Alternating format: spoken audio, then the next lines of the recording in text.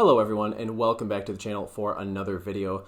So I did some thinking the other night, and I thought to myself, look, if I really wanted to, I could record reviews for Mufasa and A Complete Unknown, both of which have been out for weeks now, or I could make a top 10 most anticipated films of 2025 video, and I thought the latter sounded like a lot more fun. So here we are. Before we jump in, just a few quick things that I want to mention. First of all, a lot of my favorite films each calendar year wind up being smaller indie projects that I'm not aware of back in January, and I'm sure that will be the case this year as well. So there's a lot of films that by default can't be on this list because I haven't heard of them yet. The second thing I want to mention is that I tried to stick with films that have a concrete release date in 2025, but some of them definitely aren't confirmed and are more so tentatively slated for this year. They very easily could be delayed to next year. It's happened before. I'm sure it will happen again to at least one of the films that I'm going to talk about. All right, I'm just going to fire off some honorable mentions real quick. First up is Bugonia, I hope I'm pronouncing that correctly, from Yorgos Lanthimos, Wildwood, The Bride from Maggie Gyllenhaal, Megan 2.0, Guillermo del Toro's Frankenstein, Companion, Wolfman, and Predator Badlands. Alright, kicking off the core list at number 10 for me is Sinners, directed by Ryan Coogler. To the best of my knowledge, this is the first mainstream, big-budget film that he has directed that isn't a part of a franchise or adapted from some form of source material. I really enjoyed Black Panther. I haven't seen the Creed movies. They're on my watch list. I also don't think he's ever done a horror film before. And rumor has it this movie is about vampires, but even if it's not, and it's about some other supernatural force, or even something non-supernatural, I'm just super curious about what he can bring to the table in this genre. The trailer looks great. I'm happy to see that it doesn't reveal much, and I hope the marketing campaign sticks to that strategy. Number 9 is The Running Man. Now, I actually haven't seen the original Running Man with Arnold Schwarzenegger. I will watch it before this new one comes out because this is a remake. The main reason it is on this list is that it's directed by Edgar Wright, who is one of my favorite working filmmakers, so whenever he has something new coming out, of course I'm going to be excited to see what it's all about. This also stars Glenn Powell, which is another green flag,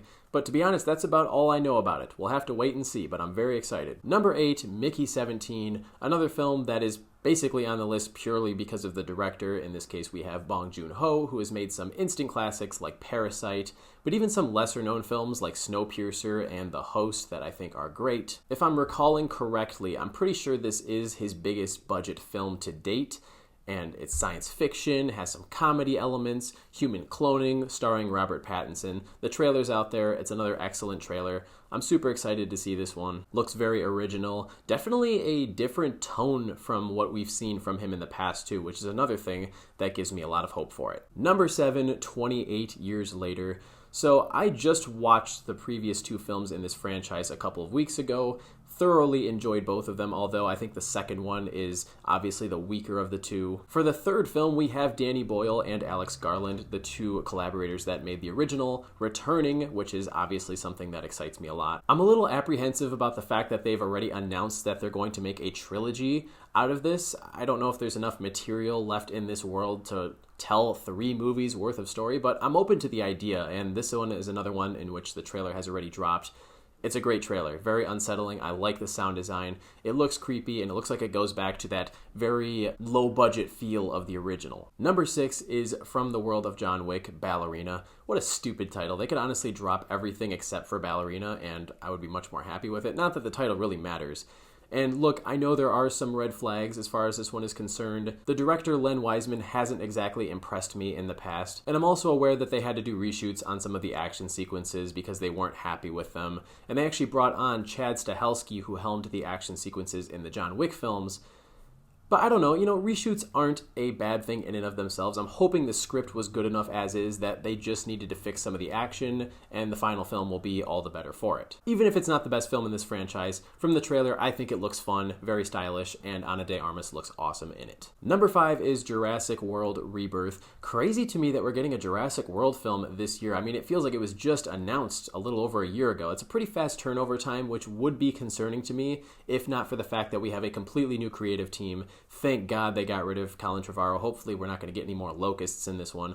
I just want to see dinosaurs, man. But yeah, Gareth Edwards is directing this one, and I really enjoyed Godzilla from 2014, Rogue One. Even when his films aren't the best written, he does a fantastic job of capturing the spectacle, and I think spectacle is what this franchise has been missing a little bit in the previous few entries, so I'm hoping he can recapture that. It's also being written by David Koepp, who is the writer of the original Jurassic Park. That's cause for excitement, I think. Number 4 is Avatar: Fire and Ash. Now, as much as I bitch and moan about computer-generated visual effects, what James Cameron has done with these previous 2 Avatar films and the way he's able to immerse viewers into these worlds is just incredible. And not many directors have had the ambition and dedication to craft something like what he has made.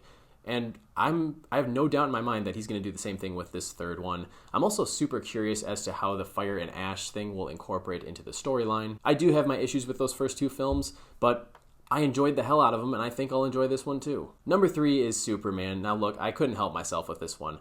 James Gunn has never disappointed me in the past. This is definitely a different sort of character than something like the Suicide Squad or Guardians of the Galaxy, so I'm hoping that he's able to adapt and change the tone of his writing a little bit. But from the trailer, this looks like a proper Superman origin story, hoping it can be the one that the DC universe needs to give itself a proper reboot. Number 2 is Mission Impossible: The Final Reckoning.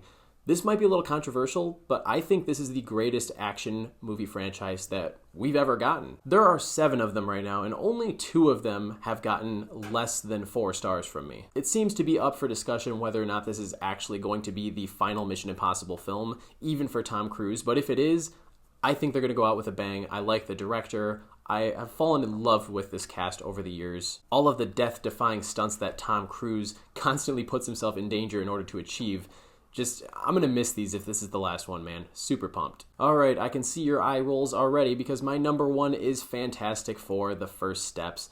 I can't not be excited for this one, man. You know what they say, third time's the charm. We've gotten 2 different iterations of the Fantastic Four, and they both sucked to varying degrees. And I'm very hopeful that the MCU can finally give us a great origin story for their very first group of superheroes. I still find the age gap between our Sue Storm and Reed Richards to be a little off-putting, but each individual cast member I think is great. Based on what I've read online, there seem to be a lot of promising developments as to how this can factor into future projects in the MCU, such as the Avengers. Maybe it's just wishful thinking, especially to put it this high on the list, but what can I say? I'm only human. I like some popcorn entertainment, and this might be the popcorn movie of 2025. So there is my list. This is the point where I leave it to you guys to let me know which films you are most excited for down in the comments. Be sure to hit that like button as well as subscribe while you're at it. If you want more content like this, I'll catch you guys in the next one. See you later.